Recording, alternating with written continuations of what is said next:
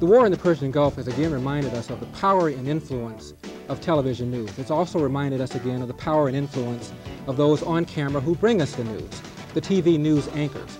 Well, exactly what is their role? Are they primarily objective reporters?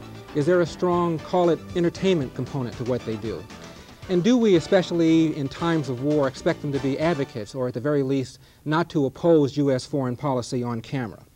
We're going to discuss these issues as well as whatever else comes up with our guest, veteran newsman and news anchor, Channel 3's Leon Bibb. Leon, thank you for joining us.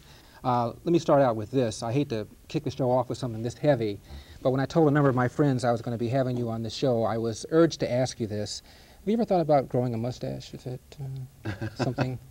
I used to have a mustache. Did you? When did you get rid of it? I had a mustache. I had hair on my lip all through college. No, all through high school and maybe the first year of college. Just a little pencil-thin mustache. And one day I nicked it. And I says, well, I got to take it all off. And I took it all off and only grew it back for a couple of months while I was in the military. All right. Peter Arnett, CNN. He is the only foreign newscaster that Saddam Hussein has allowed to stay in Iraq, in Baghdad. And he's been getting a lot of criticism on the grounds that his reports are being heavily censored by the military and by the government, that he is essentially a tool of Saddam Hussein's propaganda machine.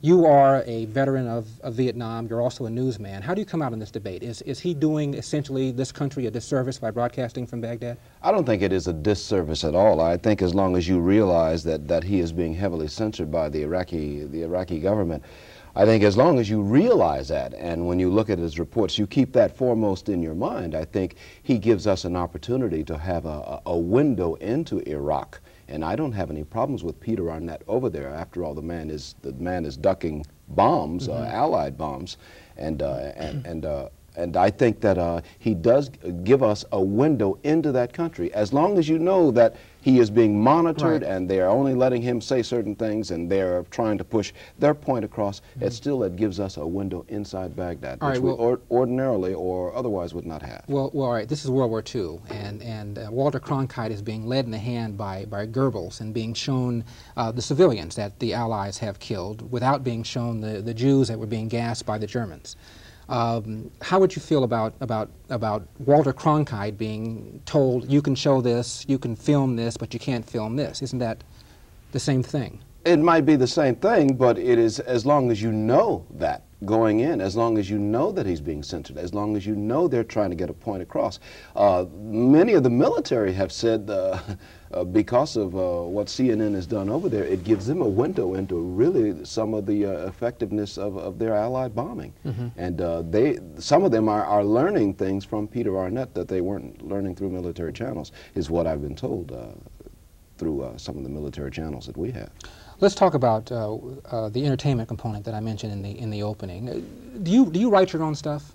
I write a good deal of it. There's no one person who could write an entire broadcast every day. Is the amount that you write higher than normal, less than normal, or are there news anchors who don't write anything and who simply read teleprompter? There are none at our station. They all write at our station. I'm certain those people do exist, but I'm quite proud to say that I've been a reporter since I was 17 years old, and I write a good deal of what I do.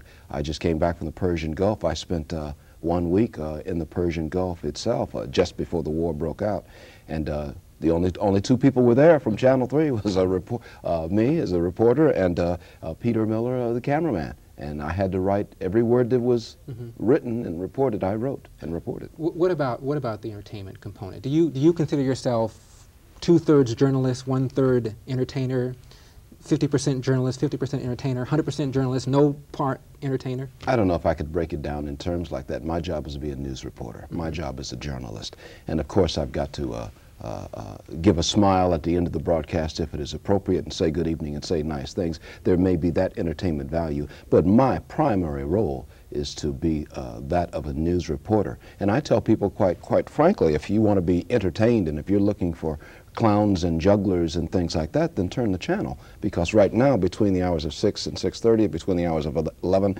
and 11:30, we're going to attempt to do some news. Now, there are going to be some light moments around the edges. There may be even a light story or two. But generally speaking, we do news. Does it disturb you as a journalist that more and more people get their news from television as opposed to the printed media? Certainly it does, because television has never said it was anything more than a headline service. That's all you can be. If you were to take the front page of the New York Times and read that, it might take you a pretty good while to read every word which was written on that page. You translate that over into a television broadcast, you can see you can only get so much inside that 30 minutes or inside that 60 minutes if that's what you do. I think I've heard that if you put in newsprint what is done in a half-hour newscast, it might take up something like 1/3 of one front page of a typical newspaper. I begin the day with newspapers and news magazines, and I think if you do that and you listen to the radio stations and you watch the television stations, you watch the cable operations, you watch all of that, I think you have a better idea. But if you just say, I'm going to find out what happened in the world by looking at a half-hour news every day, I think you're going to be under-informed. Not misinformed, but under-informed. I think you have to do them all. Steve Allen gave a series of radio speeches in which he decried the same thing we're talking about, the failure of people to stay better informed. I think he called it the dumbing of America. Why is it, in your opinion, so many people rely on television news as opposed to newspapers? Is it because we're too busy? Is it because we're too lazy? I think a little bit of both. I think it's a busy world, and I think we find time for it. And I think also, as Marshall McLuhan said many years ago, television is a cool medium. You don't have to bring a great deal of yourself to it. You just sit there and it will tell you, it will show you. If you sit down and read, you've got to bring something to that newspaper. You've got to bring a mind, you've got to put everything else out of your mind, and you've got to do this. We watch television while we eat, we watch television while we do other things, we watch television while we shave, I suppose, and bathe and all of those things. And one mind is on the television and the other mind is on what we're doing. When you sit down to read, you have to put your whole mind on that, otherwise you won't get anything. So television indeed is a cool medium as opposed to newspapers or news magazines or books being hot mediums. Walter Cronkite was described in his heyday as the most trusted man in America, which I found kind of fascinating because we didn't know whether he was a Democrat or a Republican. We didn't know what religion he was. We had no idea what his views were on the controversial issues of that time. Yet he was perceived by people to be trustworthy. I want you to comment on that. What kind of pressure does that put on you as an anchor person if people perceive you that way? Well, it's very, very flattering to be considered trustworthy, and I hope people do consider me trustworthy. Of course, I felt that very thing about Walter Cronkite, still do. In fact, in the morning newspaper, there was an article about Walter Cronkite testifying before some congressional people about the press and the war, and many of them said that he was very much trustworthy, and that's one of the reasons he was testifying. I don't know if that puts any undue pressure on me or not. I'm just going to be Leon. I'm not doing anything any differently than I've ever done in my life. This is how I am. If I'm going to be a journalist, I'm going to tell the truth as I know it to be. And we at our station are going to tell the truth at Channel 3 as we know it to be. Now, it may not be the truth, but it's what we've been told is the truth. When people say to you, you're a role model, and I'm sure this has been said to you before, and the fact that you're black, that you are a person that's looked upon by young people in our community as being a role model, what's your reaction to that? That's fine if they see me as a role model and they see something that they can get a hold to and the children can say, hey, maybe I can do that too. That's fine, but if they're expecting me to do something outside of what I do, that may be very difficult. It would be very difficult to be the father of all these children throughout the United States. But if they can get something out of that, that's fine. I don't have a problem with being a role model. I do know that a lot of people look at me and a lot of kids say, hey, maybe I can do that too. I'm black, maybe I can do that too, like Leon Bibb does. Well, that's fine. I have no problem with that at all. Why don't people call Peter Jennings a role model or Tom Brokaw a role model, but they call Leon Bibb a role model or Bryant Gumbel a role model? Maybe role model is one of those black things. I don't know. Is it? I'm asking. You tell me. I'm asking. Well, I threw it right back in your corner. I don't know, Larry. I don't know. When I was growing up, when you were growing up, if you're around my age, certainly around my generation, I never heard the term role model. I never heard that term at all. There was always another term. I don't recall what it was, but that is something new. I think maybe because so many, there's been so much pressure on the black community to have strong black men, especially in this day and age when you look at the statistics that of black men in their 20s, 1 out of every 4 has been in jail or is on probation or has some sort of dealing with the court. Right, in his 20s, I think. In their 20s. Yeah. And I think because of that, we're looking for good men, strong men. Well, those good men and strong men are around. They are around. We are around. You are around. Well, how do you react personally to statistics like that? You mentioned the 1 out of every 4 black men in their 20s or younger are in prison, on probation, or on parole. The majority of black children now are born to unwed mothers in the inner cities here in Cleveland. We're looking at a high school dropout rate of 50% sometimes. What's your view of an America where this kind of thing can happen? You, on the one hand, are a very successful person. You've made it through the system. The system has been good to you through effort, hard work, achievement, and all that stuff. Yet you see all of this social decay around you. And how do you reconcile the two? Your own personal success with what you see out in the street sometimes. Well, I think we make choices in life. I made a choice when I was very young as to what I wanted to do. I knew that it would be very, very difficult. I began at that point. Now, that's not to say that the people out there who are running into problems have not made wise choices. But it hurts me, as it hurts you, as it should hurt anybody. It would hurt me no matter what race I was, no matter what gender I was. It would hurt to realize that a sizable portion of our population is having those kinds of difficulties. And this is America. We've got to work to fix that. I've decided that I want to be part of the solution and not part of the problem. So we do what we do. I do what I do to help make it a better nation, help make it a better world. I know you're not a sociologist, but what causes this kind of stuff to happen? We talked a few years ago with a black economist named Walter Williams, who said that the intact percentage, the percentage of black families that are intact, nuclear family, mother, father, children, was almost as high in the mid to late 40s as was the case with white families.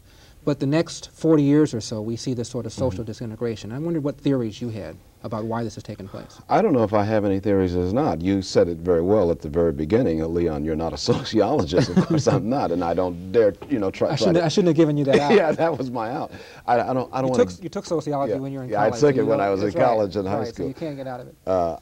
I think there are a lot of things going on. I think we got the breakdown of the American family, which is just happening all around us, and many of the things that we held sacred years ago, we just don't hold sacred anymore.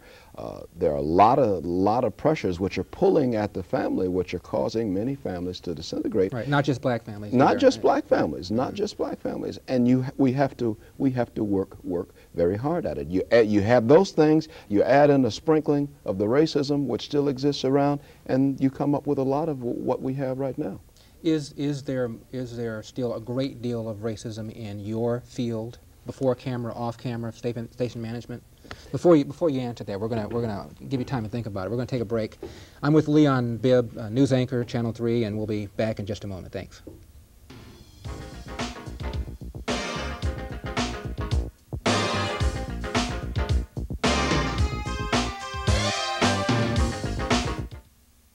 I'm Larry Robinson from the ANTWERP Diamond Center. You might be wondering what you can do to help our military people in the Persian Gulf and those who returned. You can support the American Red Cross. The Red Cross has been providing vital services for our troops, their families, refugees, and other victims throughout the crisis. The Red Cross needs your help. Please give to the American Red Cross Gulf Crisis Fund. Call 431-3010 for information. 431-3010. I'm Larry Robinson.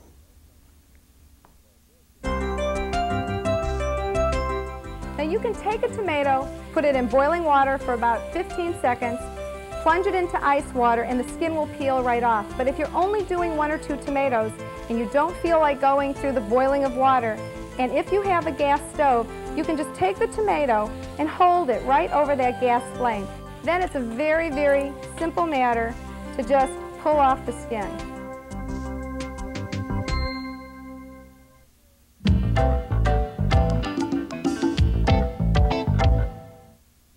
Improving your chances of surviving a fire in your home can be easy. Installing a smoke detector and keeping it properly maintained is the smart way. Smoke detectors are inexpensive. Many models are available for under $10. The smoke detector alerts you when a fire is still in its early stage and time for you and your family to escape. Tune to the North Coast Cable Community Bulletin Board for additional safety tips. Hey gang, Professor Sindelar here. Join me Saturday mornings at 10 o'clock on Sports 101. If you haven't watched recently, here's what you've missed. We had to really adjust our whole defense. It was the Robert Smith defense. And well, if we do this, we can hopefully bottle Robert up here. I like Russell Maryland. He's a good player. I don't think he's the second pick in the draft. I've seen tons of film on him. He's a good citizen.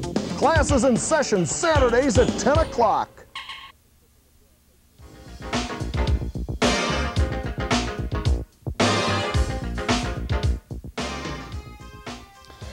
Welcome back. We're with Channel 3's Leon Bibb. Leon, I had asked you before the break whether you still felt racism either before the cameras, behind the cameras, or in media management. I think those discrimination walls are falling. I think they exist throughout our country in many aspects of our entire life. But I think they're falling down, and those walls of discrimination are falling down, not only in broadcasting, but in many areas. Look at what we're doing right here. You got one black man interviewing another black man. What are we doing? Right? So I think that speaks to a great deal to what has happened, and I think things have opened up. Bernard Shaw of CNN in a very high-profile position. I think the next battleground in our industry will be at the management levels where the major decisions are made, and I see those walls as coming down too. But I see a great deal has happened. What about at the ownership level? Are you seeing a greater percentage of black ownership of either radios or TV? Certainly radios, radios, and I can't give you a figure, and don't pin me down on that. I can't give you a figure on either radio or television, but you do see ownership numbers increasing, and I think that has to happen too, and I think it will continue to happen. I'm optimistic about where we're going in this business because I have to be optimistic about it. I mean, you get nothing for being negative about it. And I'm one of those who say, well, let's roll up our sleeves and let's bring about that meaningful change. And if high-level management needs input and ideas, well, I'm certainly there. I know Larry Elder is there. I know you are there with this organization, North Coast Cable. And I think change can come, and is coming, and has been coming. Thanks for the commercial. How do you feel about the debate between whether blacks should be called blacks versus African Americans? Do you have a opinion one way or the other? And when you guys write copy and you refer to people of our race, is there some part of you that wants to say black versus African American, or maybe something else? Somebody asked Benjamin Hooks of the National Association for the Advancement of Colored People, the NAACP, why haven't you changed the name of your organization from colored people to, African American or whatever? And Benjamin Hooks says, well, we've been around for a long while, and every 20 years black people should decide that, well, they're colored, we're black, we're Afro-American, we're African American. He says, we have to be here with a name, and it really doesn't matter what you call us. It's how you treat us in this land of the red, white, and blue. And generally, I don't get caught up in what we call somebody. I mean, we refer to people right now as blacks because that's pretty much the general tenor. If there's an organization that refers to African Americans, sometimes we will refer to African Americans. But the term itself, it isn't a particularly important hot issue as far as you're concerned. Well, not so much as how you address me. I mean, call me Leon. Right. It's fine. Right. And you can see I'm black, you can see I'm African American, whichever you feel comfortable with. I feel comfortable with both of those. Okay. Mentioned earlier that you're a veteran of the Vietnam War. There has been some criticism, Congressman Stokes probably most recently, most prominently, about the disproportionately high percentage of blacks, African Americans in the military, particularly those that are on the front lines, those that are seeing combat and are likely to incur casualties. Do you feel that there is something unjust, immoral, wrong about the high percentage of blacks in the military? It's an all-voluntary military right now. People who joined up, people who are in the Persian Gulf right now, are people who signed their names on the dotted line. I think General Colin Powell, who is black or African American, chairman of the Joint Chiefs of Staff, spoke to that issue just the other day, and I don't think he had a big problem with it. I don't know what the alternatives of that are, and I still mull it over in my mind. I saw the movie Glory about the Civil War, blacks in the Civil Fantastic War, movie. who fought like crazy inside the hierarchy of the American, of the northern, the American government, to fight. They wanted to fight. They wanted to bear arms and fight for the red, white, and blue. I think of the World War II soldiers, of which my father is a veteran of World War II, who fought like crazy for the right to fight. Right. And I wonder if we go back, if we take them off the front line, and we go back, where are we? Yeah. My father used to question the wisdom of how we used to fight like crazy for the right to fight. Yeah, yeah, and I can understand that, but these are people who are in the military, who volunteered, who joined, and those were the numbers. For whatever reason they joined. Those are the numbers, and I think we have to deal with that. Or should we say, well, okay, if somebody were to say, okay, we've got to take blacks off the front line, we've got 20% or 25% or whatever the number is, we got to take 5% of you off the front line. Well, what 5%? Who goes? Right. Who goes to the rear? Well, I think Stokes's argument, and those that protest the high percentage of blacks in the military, are arguing that blacks are essentially forced to join because of the lack of economic opportunity here at home, and that's what ought to be addressed. And if that were addressed, then the numbers wouldn't be quite so high in the military. That may well be the case. Then somebody should address that case. But all I know is the military. Those who I know who are in the military have said it has been a very equal place, a much more equal place for promotion. Now, I don't know if that means going to the front line. A lot of people say that's not equal with the numbers of go to the front line, but you're going to see if with the ground war, you will see more blacks in the front line than you see in the rear areas, because there are perhaps more blacks who are in the artillery units, who are in the infantry units, who are in the marine units, as opposed to those who fly the bombers and the jet fighters. Right. Max Robinson. Max Robinson. Did you know Max Robinson personally? I'd met Max a couple of times. I'd interviewed Max when he had come to Cleveland to speak in an organization, and I interviewed Max. He was the first black national anchor. He was actually a co-anchor. Monday through Friday anchor. Monday through Friday, yeah. And how important was that breakthrough for black people in the TV media? Ironically, I was thinking about that as I got dressed this morning. I never wrote a letter to Max, although I talked to Max Robinson about how pleased I was for him. But I did write a letter to Ed Bradley.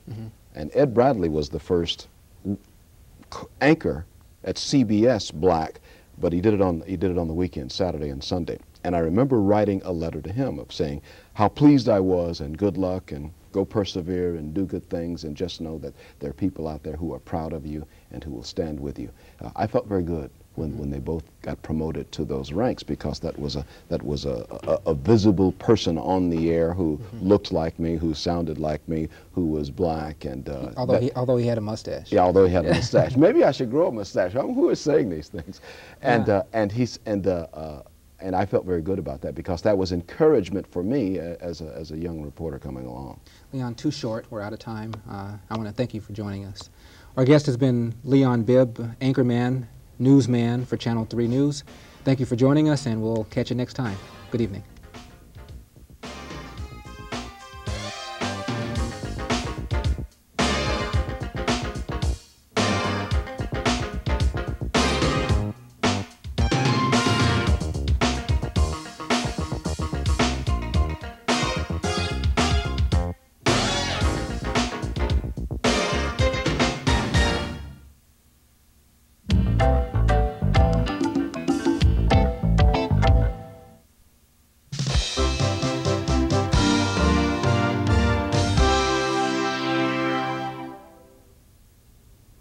I represent the citizens of Ohio House District 8, which includes much of the west side of Cleveland. I believe that one of the most critical issues facing the people of Cleveland is the need for accessible and affordable health care. It is estimated that over 1 million working citizens of Ohio are without health insurance. I believe that as a policymaker, I have a responsibility to challenge the business community, the insurance industry, and my colleagues in the Ohio General Assembly to seek real solutions to this serious issue. Indeed, as citizens of Ohio, You too have a right to demand that we seek these solutions for you and for your children.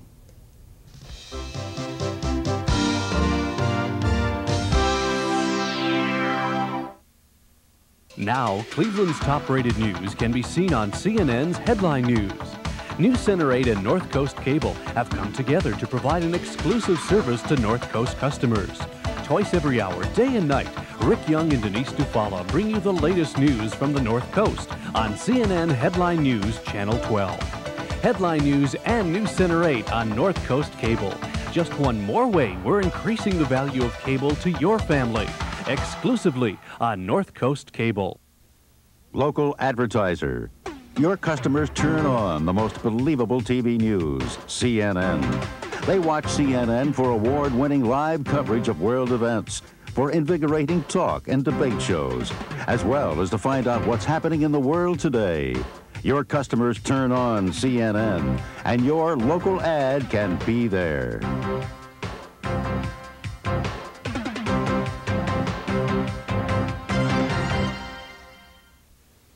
When the world's top golfers get together, you'll never know what to expect. Swing through the PGA Tour, LPGA Tour, and the Cadillac Senior PGA Tour. ESPN brings you the best.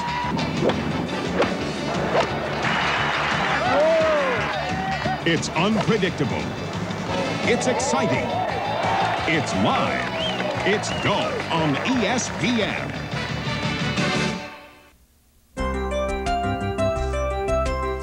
Just need to take a spatula and to fold the egg whites into the batter. Now, if you're not used to folding, the easiest thing to do is to run your spatula right through the center of the mixture, bring it around. Run it right through the center of the mixture, turn your bowl at the same time as you move with the spatula, and that will help you get that egg white incorporated in the smallest amount of strokes. Hey friends, Professor Sindelar here. Join me for Sports 101 every Saturday morning at 10 o'clock on Channel 46. If you haven't watched recently, here's what you've missed. In reality, any thought about the big tournament? You know, in the tournament, anything can happen. You've got to have some luck. You've got to be playing well, because there are an awful lot of teams that remind me of us last year. They got better as the year went on, and so, you know, anything can happen in the tournament. Classes in session Saturdays at 10. Hi, I'm Larry Elder. I always wanted my own television show, but not like Johnny Carson or Arsenio Hall. I wanted to be issues-oriented, but not the same old issues everybody else kicks around. I wanted to be entertaining and informative. You know, guests you won't see other places. I wanted to be unique, different. I wanted to be, well, me. I'm Larry Elder. Watch The Larry Elder Show Monday through Thursday evening at 7:30 on North Coast Cable, Channel 46.